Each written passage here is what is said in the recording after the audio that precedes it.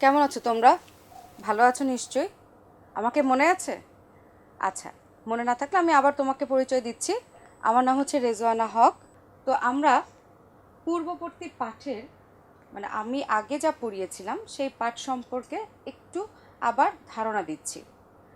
যেমন আমি আগের পড়িয়েছিলাম তোমাদেরকে ইতিহাসের উৎপত্তি, ইতিহাসের শ্রেণীবিভাগ এবং ইতিহাসের উপাদানগুলো।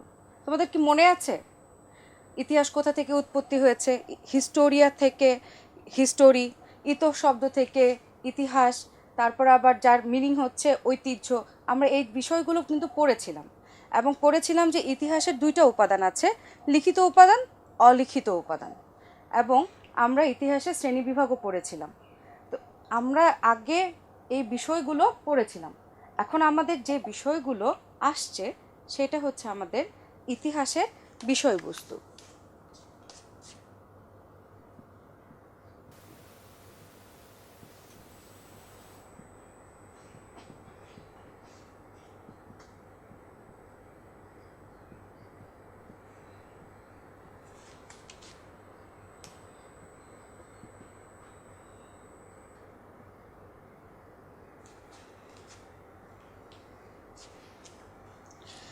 ইতিহাসের বিষয়বস্তুটা আমরা যদি খেয়াল করি তাহলে দেখতে পাবো যে আসলে ইতিহাস অনেকগুলো বিষয় নিয়ে হয়েছে। এখানে ভিগো বলেছেন মানব সমাজ ও মানবীয় প্রতিষ্ঠান সময়ের উৎপত্তি ও বিকাশই ইতিহাসের বিষয়বস্তু। তার মানে মানব সভ্যতার যে ধারাবাহিক ও লিখিত যে দলিল আছে, বিষয় আছে, এগুলোই হচ্ছে আসলে ইতিহাস। এবং ভিগো যেটা বোঝাতে চেয়েছেন যে মানব সমাজ গঠনকালে যে বিষয়গুলো আমাদেরকে প্রভাবিত করে সেগুলোই হচ্ছে আসলে ইতিহাস।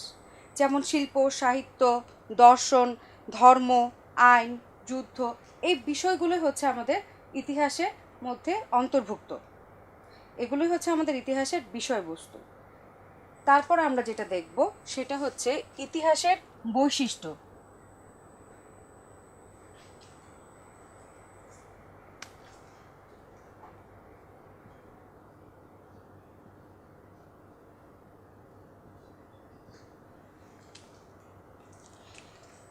ইতিহাসের বৈশিষ্ট্যর মধ্যে যে বিষয়গুলো দেখা যায় সেগুলো হলো অতীতের পুনর্গঠন,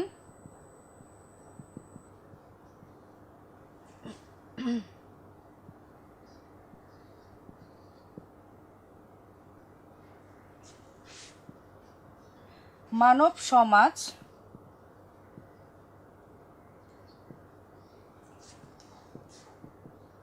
ও সভ্যতার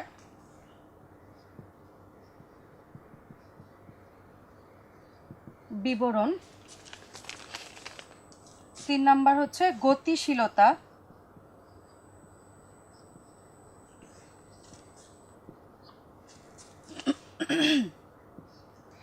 4 নাম্বার হচ্ছে ঘটনার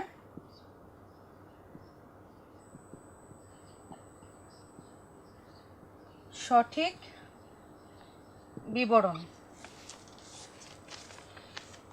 এই 4টা বৈশিষ্ট্য নিয়ে ইতিহাসের বৈশিষ্ট্য হয় এবং এই ইতিহাসের বৈশিষ্ট্যগুলোর মধ্যে 1 নাম্বার যেটা অতীতের পুনর্গঠন, মানে সত্য ঘটনার উপর ভিত্তি করে ইতিহাস রচিত হবে এবং সত্যকে এখানে প্রাধান্য দিতে হবে ইতিহাস রচনার কালে। কারণ না অতীতের যে ঘটনাগুলো সেগুলো নিয়ে কিন্তু বর্তমান গঠিত হবে এবং ভবিষ্যতেও তাই। মানব সমাজ ও সভ্যতার বিবরণ, মানব সমাজ ও সভ্যতা কালক্রমে কিভাবে বিকশিত হয়েছে তার একটা ধারাবাহিক বিবরণ ইতিহাসে থাকবে। তারপর আসছে যেটা গতিশীলতা। প্রাচীন যুগ, মধ্যযুগ, তারপর আধুনিক যুগ, এগুলো আসলে সন্তারিখ ব্যবহার করে কোনো কোনো কিছু ভাগ করা আসলে কঠিন, কিন্তু ইতিহাসের এই গতিশীলতাটা বহমান থাকবে। যে ইতিহাসটা হচ্ছে প্রাচীন যুগ, মধ্যযুগ, এগুলো প্রত্যেকটা যুগ নিয়েই আসলে গতিশীলতাটা তৈরি হবে। এটা মানে যেটাকে আমরা বলছি হচ্ছে কন্টিনিউম বা চলমান প্রসেস বা যেটা একদম চলবে, এটা একদম থেমে থাকবে না। আসলে কখন প্রাচীন যুগ চলে গেছে তারপরে মধ্যযুগ চলে আসছে, সেটা আসলে দিন তারিখ সন এভাবে ভাগ করা যায় না। আমরা আনুমানিকভাবে বিষয়গুলোকে ধরে নিই, কিন্তু এটা আসলে ভাগ ওইভাবে করা যাচ্ছে না। প্রাচীন যুগ কখন আসছে, কখন মধ্যযুগ আসছে, কখন আধুনিক যুগের সূচনা হলো, এগুলো আসলে কোনোভাবেই নির্ধারণ করা সম্ভব নয়। আবার এই যে পরিবর্তনগুলো হয়েছে এক যুগ থেকে আরেক যুগে যখন এসেছে, এই যে পরিবর্তনের ধারা, সেই ধারাটা কিন্তু কখনো একসঙ্গে ঘটেনি, আলাদা আলাদাভাবে এই ধারাগুলো, এই পরিবর্তনগুলো ঘটেছে। বাংলাদেশের আমরা এখন মোবাইল ইউজ করি, মোবাইল ব্যবহার করি, এটা সবার কাছেই আছে। মোবাইল, কম্পিউটার মোটামুটি আমরা এখন সবাই ব্যবহার করি।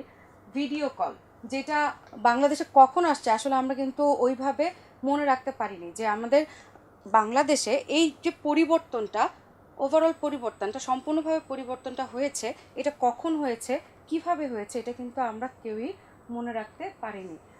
আমরা আনুমানিকভাবে বলতে পারি যে অমুক সালে, 2000 সালে বা 2003 সাল থেকে হয়তো আমরা ভিডিও কল করতে পারছি। এই যে সুযোগ সুবিধা বৃদ্ধি করা, এগুলো কিন্তু আসলে কোনোভাবেই একটা সঠিক সময় নির্ধারণ করে করা সম্ভব হয়নি। 4 নাম্বার যেটা আসছে, ঘটনার সঠিক বিবরণ। যে ঘটনাটা ঘটছে তার সঠিকভাবে নতুন প্রজন্মের কাছে তুলে ধরা, এটা হচ্ছে ইতিহাসের একটা বৈশিষ্ট্য। এবং এই যে ঘটনার নিরপেক্ষ বর্ণনা না হলে সেটা কিন্তু সঠিক ইতিহাস হবে না।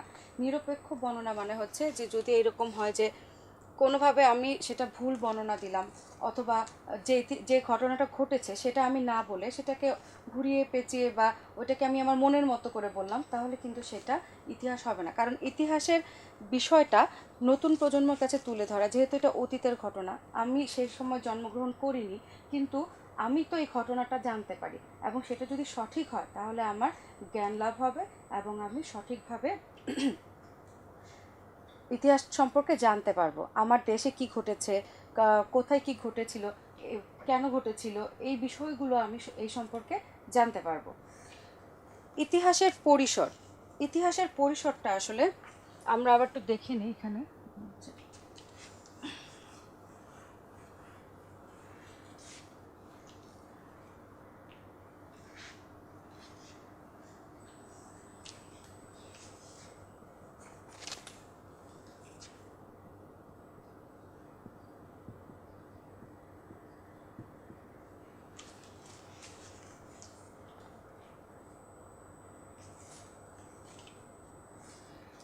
মানুষ কর্তৃক সম্পাদিত সকল বিষয় আসলে ইতিহাসের অন্তর্ভুক্ত। মানুষের চিন্তা ভাবনা, পরিকল্পনা, কার্যক্রম, শাখা, বিভিন্ন ধরনের শাখা প্রশাখা, এই সব কিছুই কিন্তু ইতিহাসে ছড়িয়ে আছে। এবং এই যে প্রাগৈতিহাসিক যুগ থেকে প্রথম পর্বের মানুষের কর্মকাণ্ড খাদ্য সংগ্রহের মধ্যে শুধুমাত্র সীমাবদ্ধ ছিল। তার মানে সেই সময় সে ইতিহাসের পরিসরও শুধুমাত্র খাদ্য সংগ্রহের উপর ভিত্তি করেই ছিল। কিন্তু সময়ের বিবর্তনে কিন্তু এগুলো পরিবর্তন হয়েছে। এখন কি হচ্ছে যে আগে শুধুমাত্র ওই যে প্রাচীনকালে খাদ্য মানুষ সংগ্রহ করত, খাদ্য খেত, ওই সংগ্রহ করে খাবার পর্যন্তই ছিল ইতিহাসের একটা পরিসর বা ইতিহাসের বিস্তৃতি। কিন্তু এখন যেটা হয়েছে, এখন কিন্তু শুধুমাত্র খাদ্য সংগ্রহের মধ্যে নেই, এখন রাজনৈতিক ঘটনা, অর্থনৈতিক ঘটনা, অর্থনৈতিক উত্থান পতন, সমাজের বিভিন্ন ঘটনা, এ সব কিছুই কিন্তু শিল্পকলা থেকে শুরু করে বিভিন্ন বর্তমান ঘটনা, তারপর রাজনৈতিক, অর্থনৈতিক, সব ঘটনাগুলোই এখন ইতিহাসে অন্তর্ভুক্ত হচ্ছে। এবং এই কারণেই কিন্তু ইতিহাসের পরিসরটা, মানে ইতিহাসের জায়গাটা অনেক বেশি বিস্তৃত হচ্ছে, অনেক বেশি বড় হচ্ছে।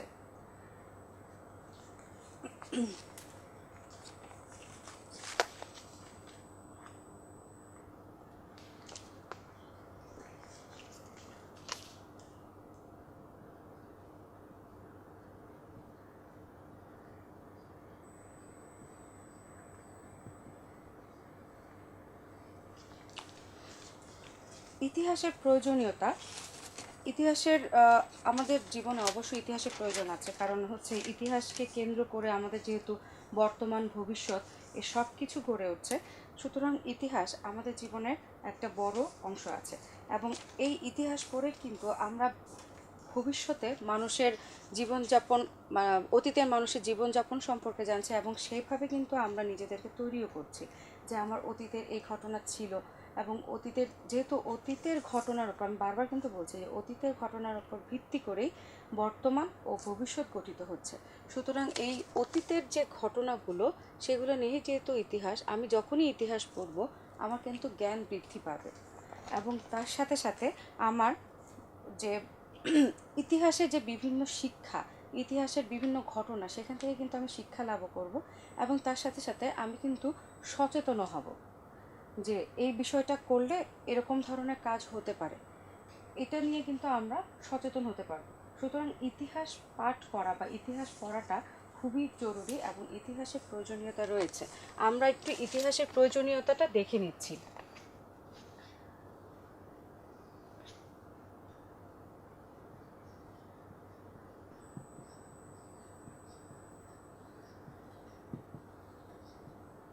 প্রয়োজনীয়তার মধ্যে প্রথমে যেটা আসে সেটা হচ্ছে জ্ঞান ও আত্মমর্যাদা বৃদ্ধি। জ্ঞান ও আত্মমর্যাদা বৃদ্ধি। 2 নম্বর যেটা আসে সেটা হচ্ছে, এটা হচ্ছে 1 নাম্বার। 2 নাম্বার হচ্ছে সচেতনতা বৃদ্ধি।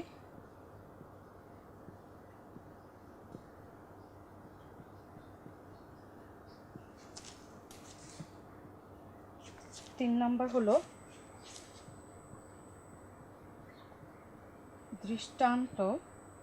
দৃষ্টান্তের সাহায্যে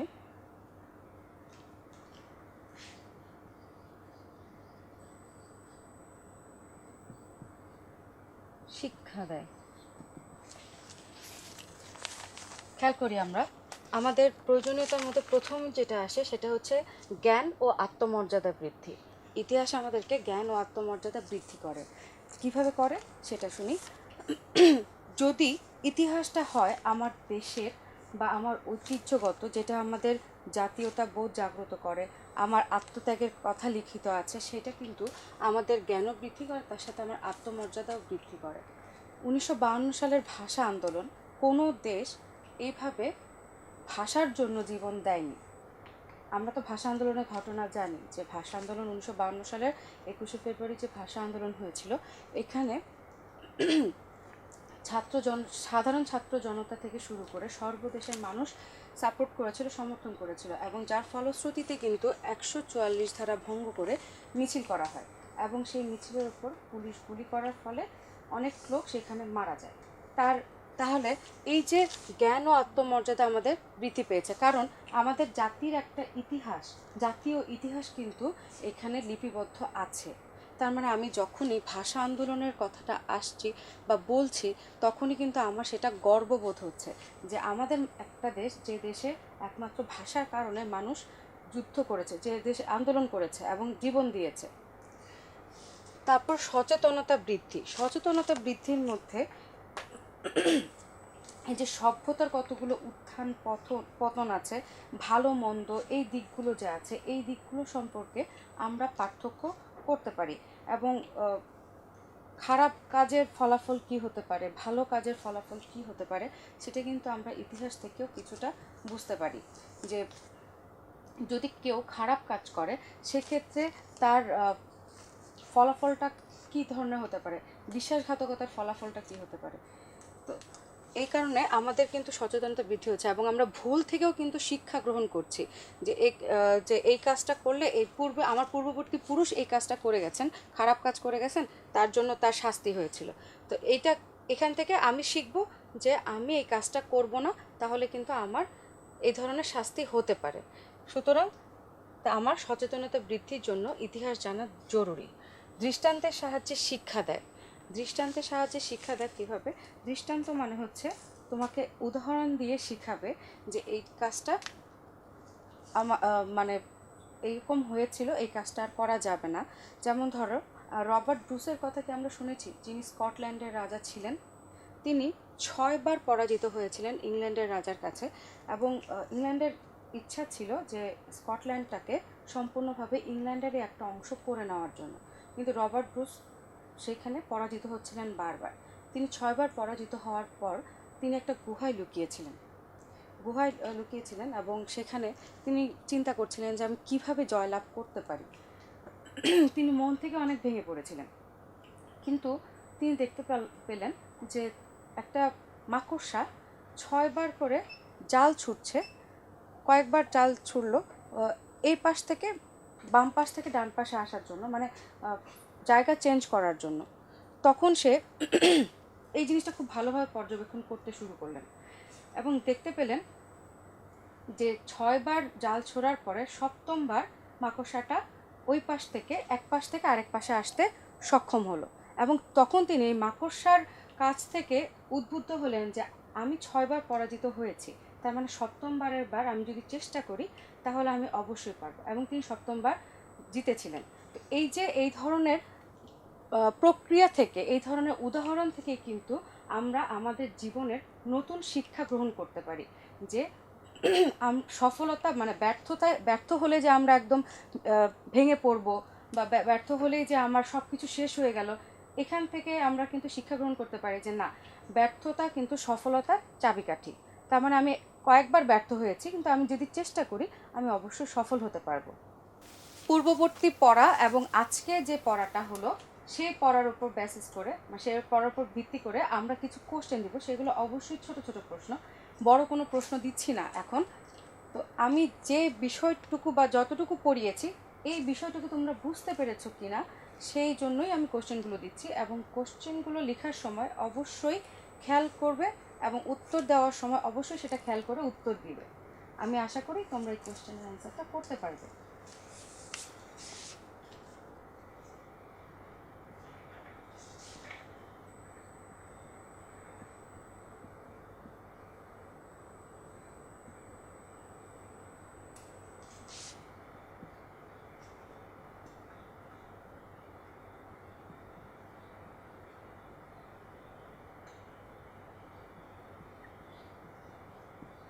হিস্টোরিয়া শব্দটি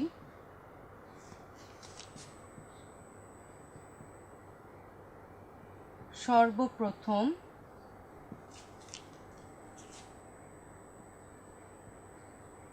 কখন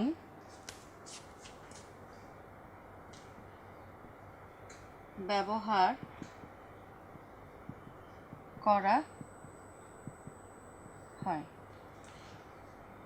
2 নাম্বার,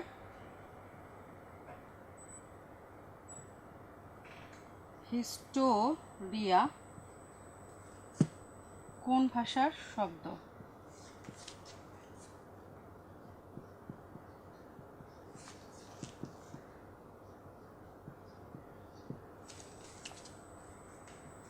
3 নাম্বার,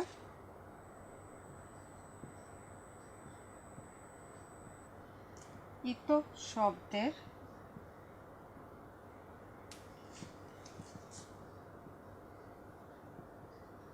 অর্থ কি?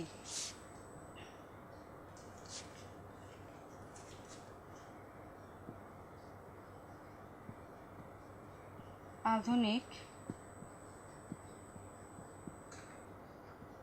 ইতিহাসের জনক কে?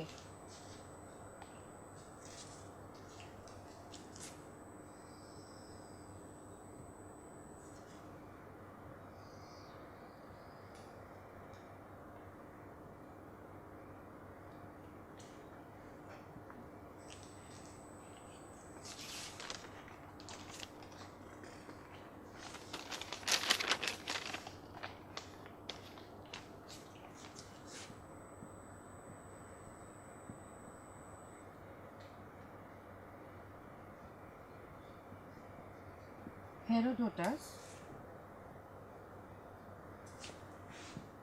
কে ছিলেন?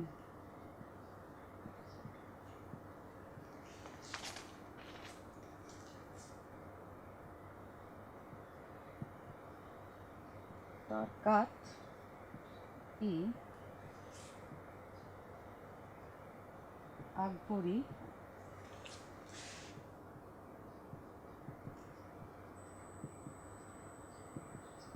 কার লেখা?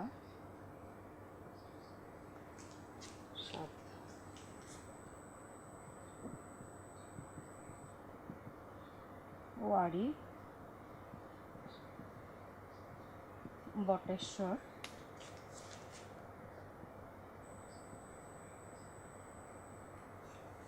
কোথায় অবস্থিত?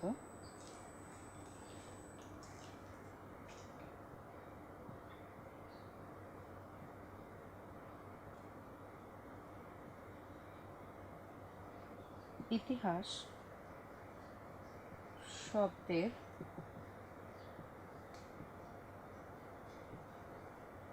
উৎপত্তি হয়েছে কোন শব্দ থেকে?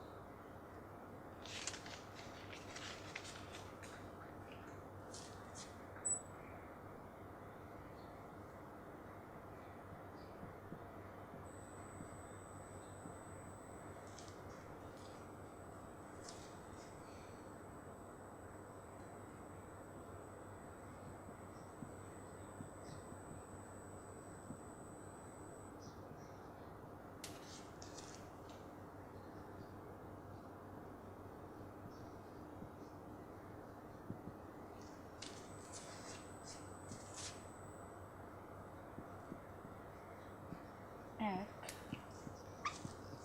অন্তহীন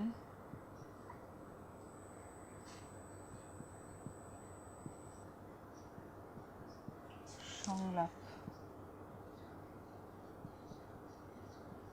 বক্তব্যটি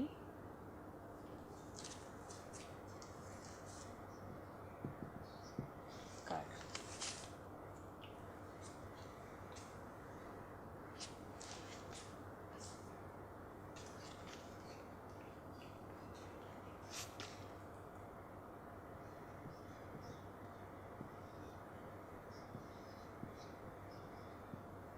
আই.পি. আকবরী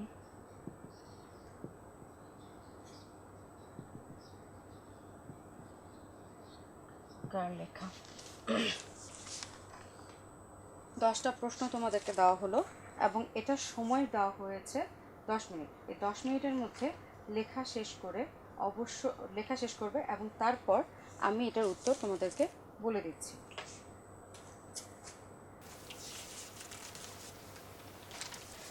আমাদের প্রথম প্রশ্ন ছিল হিস্টোরিয়া শব্দটি সর্বপ্রথম কখন ব্যবহার করা হয়? এটা তোমাদের বইয়েরই উত্তর, তারপরে আমি বলে দিচ্ছি। খ্রিস্টপূর্ব 5ম শতকে হিস্টোরিয়া শব্দটি প্রথম ব্যবহার করা হয়। 2 নম্বর উত্তরটা ছিল হিস্টোরিয়া কোন ভাষার শব্দ? হিস্টোরিয়া ভাষাটা হচ্ছে হিস্টোরিয়া শব্দটি এসেছে গ্রিক ভাষা থেকে। ইতো অর্থ কি? ইতো অর্থ হলো ঐতিহ্য। আধুনিক ইতিহাসের জনককে? আধুনিক ইতিহাসের জনক জার্মান ঐতিহাসিক লিওপন ভন র্যাঙ্কে।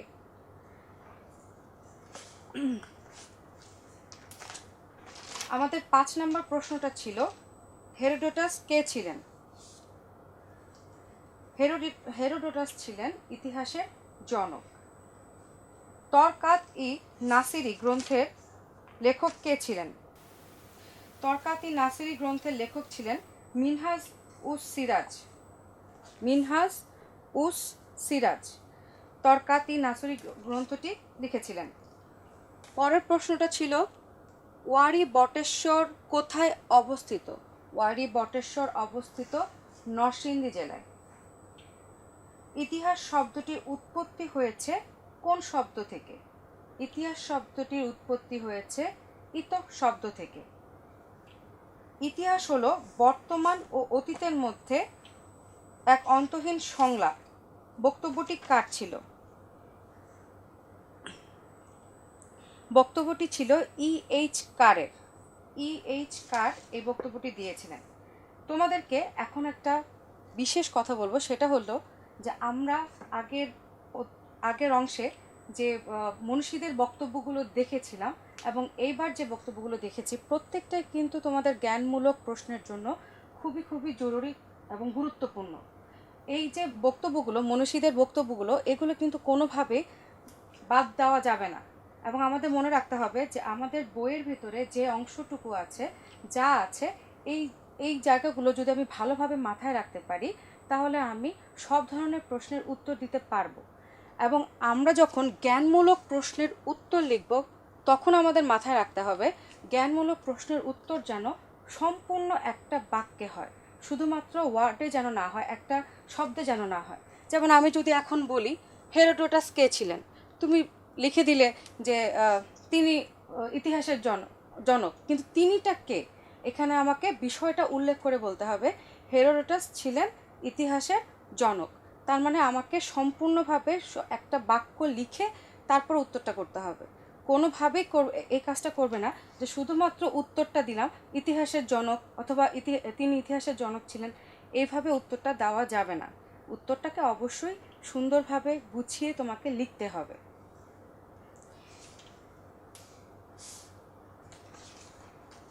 এইবার চলো আমরা আমাদের সৃজনশীল যে কোশ্চেনটা আছে সেই সৃজনশীল কোশ্চেনে আমরা একটু দেখে নিই। 7 নম্বর পেজে, আমাদের বইয়ের 7 নম্বর পেজে একটা সৃজনশীল প্রশ্ন আছে এবং আমাদের মনে রাখতে হবে আমি যদি ভালো রেজাল্ট করতে চাই তাহলে সেক্ষেত্রে সৃজনশীল আমাকে প্রচুর প্র্যাকটিস করতে হবে, কারণ প্র্যাকটিসের কোনো বিকল্প নাই। আমি যত প্র্যাকটিস করব সৃজনশীল বিষয়টা ততটাই আমার কাছে এটা সহজবোধ্য হবে এবং এটাকে আমি লিখতে পারবো, আমার ভুলগুলো আমি ধরতে পারবো। যখনই আমি এটাকে অনুশীলন না করব তখনই কিন্তু এটা আমার মধ্যে ঝামেলা তৈরি করবে। তো আমরা সৃজনশীল যেহেতু অষ্টম শ্রেণী পর্যন্ত করে আসছি তার মানে আমরা সৃজনশীলের ধাপগুলোও কিন্তু জানি যে আমাদের সৃজনশীলের কয়টা ধাপ আছে, কিভাবে উত্তর লিখতে হয়, এই জিনিসগুলো আমরা জানি। তো আমাদের বইয়ের যে সৃজনশীলটা আছে সেটা হচ্ছে, একটু দেখে নিব আমরা। সজল তার মামার সাথে জাতীয় গ্রন্থাগারে যায়, সেখানে সে বিভিন্ন বইপত্র পড়ে। সজল বিজ্ঞানের ছাত্র হলেও ইতিহাসের বই তার ভালো লাগে। সে বিভিন্ন উৎস থেকে ইতিহাসের বইপত্র সংগ্রহ করে পড়ে। সজলের বাবা তাকে বলেন, শুধু শুধু এসব বই পড়ে সময় নষ্ট করছো কেন? তোমাদের জ্ঞানমূলক একটা কোশ্চেন আছে, সেটা হচ্ছে হিউয়েন সাং কোন দেশের পরিব্রাজক ছিলেন? হিউয়েন সাং ছিলেন চীনের পরিব্রাজক। পরিব্রাজক মানে তো আমরা জানি, তাই না?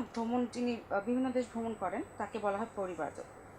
খ নাম্বারটা হচ্ছে সময়ের বিবর্তনে কিভাবে ইতিহাসের পরিসর বিস্তৃত হচ্ছে। আমরা এখানে পরিসরটা পড়েছিলাম যে সেই পরিসরের এখান থেকেই উত্তরটা আসবে যে আমরা যখন প্রাগৈতিহাসিক যুগে ছিলাম তখন কিন্তু আমরা ফলাদি সংগ্রহ করে খেতাম। তখন কিন্তু আমাদের মূল বিষয়টাই ছিল শুধু ফল সংগ্রহ করা, খাওয়া, এ পর্যন্ত। কিন্তু এখন এটা কিন্তু শুধুমাত্র খাদ্য সংগ্রহের মধ্যেই নেই, এটি এখন আরও অনেক বিস্তৃত হয়েছে। রাজনৈতিক ইতিহাস হয়েছে, অর্থনীতি নিয়ে লেখা হচ্ছে, শিল্পকলা নিয়ে লেখা হচ্ছে, এই সব কিছুই কিন্তু পরিসরের মধ্যে অন্তর্ভুক্ত হয়েছে। এটা এখন ছোট একটা জায়গার মধ্যে নেই, এটা এখন অনেক বড় একটা জায়গায় চলে গেছে। সজল জাতীয় গ্রন্থাগারে ইতিহাসের কোন ধরনের উপাদান দেখতে পায়? দেখো এখানে কিন্তু তোমার উত্তরটা তোমার সৃজনশীলের যে উদ্দীপকটা আছে উদ্দীপকের মধ্যে সুন্দরভাবে দেওয়া আছে যে সেখানে সে বিভিন্ন বই পড়ে। সজল বিজ্ঞানের ছাত্র হলো ইতিহাসের বই তার ভালো লাগে। সে বিভিন্ন উৎস থেকে ইতিহাসের বইপত্র সংগ্রহ করে পড়ে, তার মানে সে বই পড়ছে। এবং কোন ধরনের উপাদান এখানে? বইটা অবশ্যই সেটা লিখিত উপাদান। সেই লিখিত উপাদান থেকেই জ্ঞান লাভ করছে। আমরা কিন্তু এর আগে কিন্তু ইতিহাসের দুটো উপাদান দেখেছিলাম, একটা লিখিত উপাদান আর একটা অলিখিত উপাদান। এবং আমরা লিখিত উপাদান হিসেবে দেখেছিলাম বিভিন্ন ধরনের দলিলপত্র, বৈদেশিক বিবরণ, তারপর হচ্ছে বিভিন্ন ধরনের বই, এই সব কিছুই ছিল কিন্তু লিখিত উপাদানের মধ্যে অন্তর্ভুক্ত। তার মানে আমাকে লিখতে হবে যে সজল যে জাতীয় গ্রন্থাগারে ইতিহাসের উপাদান পায় সেটা হচ্ছে লিখিত উপাদান, এবং এই লিখিত উপাদানগুলো হচ্ছে বৈদেশিক বিবরণ, বই, দলিলপত্র প্রভৃতি। এবং লিখিত উপাদানের থেকে আমার উত্তরটা সুন্দরভাবে লিখতে হবে। এবং এখানে দেখো তোমাদের সুন্দরভাবে বইতে দেওয়া আছে যে লিখিত উপাদানের মধ্যে, ইতিহাস রচনা লিখিত উপাদানের মধ্যে রয়েছে সাহিত্য, বৈদেশিক বিবরণ, দলিলপত্র ইত্যাদি। বিভিন্ন দেশি বিদেশি সাহিত্যকর্মের তৎকালীন সময়ের কিছু তথ্য পাওয়া যায়, যেমন বেদ কৌটিল্যের অর্থশাস্ত্র, কলহের রাজতরঙ্গিনী, এগুলো অল্প অল্প করে লিখবে। এবং তারপরে যে বিদেশি পর্যটকদের যে বিবরণ ছিল, যেমন হিরেন সাংয়ের বিবরণ, তারপর হচ্ছে চৈনিক ইত সিংয়ের বর্ণনা, এই কথাগুলো এখানে আসতে হবে। এবং এখানে যে সাহিত্যের যে উপাদানগুলো আছে সেগুলো তুমি একটু লিখে দিতে পারো, যেমন নথিপত্র, চিঠিপত্র, তারপর গোপালের সিংহাসনে আরোহণ করেছেন তিব্বতী লেখক লামা তরনাথের বর্ণনায় পাল রাজবংশের প্রতিষ্ঠাতা গোপালের সিংহাসন আরোহণ সম্পর্কে বর্ণনা আছে, সেটি এক ধরনের কল্পকাহিনী। এই যে ঘটনাগুলো, এগুলো সবই হচ্ছে লিখিত উপাদানের অন্তর্ভুক্ত। তাহলে আমার এখানে উত্তরের মধ্যে লিখিত উপাদানটি আসছে। তুমি কি সজলের বাবার মানসিকতার সাথে একমত? উত্তর: আমি সজলের বাবার মানসিকতার সাথে একমত নই। কেন নই? কারণ তিনি বলেছেন যে এটা বই পড়ে সময় নষ্ট কেন করছো, ইতিহাসের বই পড়ে সময় নষ্ট কেন করছো। কিন্তু আমরা কিন্তু প্রয়োজনীয়তার মধ্যে দেখেছি যে ইতিহাস আমাদের জ্ঞান বৃদ্ধি করছে, ইতিহাস আমাদেরকে শিক্ষা দিচ্ছে কিভাবে ব্যর্থতাকে সফলতায় পর্যবসিত করা যায়। ইতিহাস আমাকে সচেতন করছে যে পূর্বের যে ঘটনা আছে সেই ঘটনাটা যেন আবার পুনরাবৃত্তি না হয়, সেই বিষয়ে সচেতন করছে আমাকে ইতিহাস। তাহলে সজলের বাবার সাথে আমি এই কারণে একমত নই। তোমাদের একটা অতিরিক্ত সৃজনশীল প্রশ্ন আমি দিয়ে দিব, যেটা আমি তোমাদেরকে হ্যান্ড নোট আকারে তোমাদের কাছে পৌঁছায় দিব। তো তোমরা ভালো থাকবে, আর পড়া না বুঝতে পারলে অবশ্যই আমাকে জানাবে।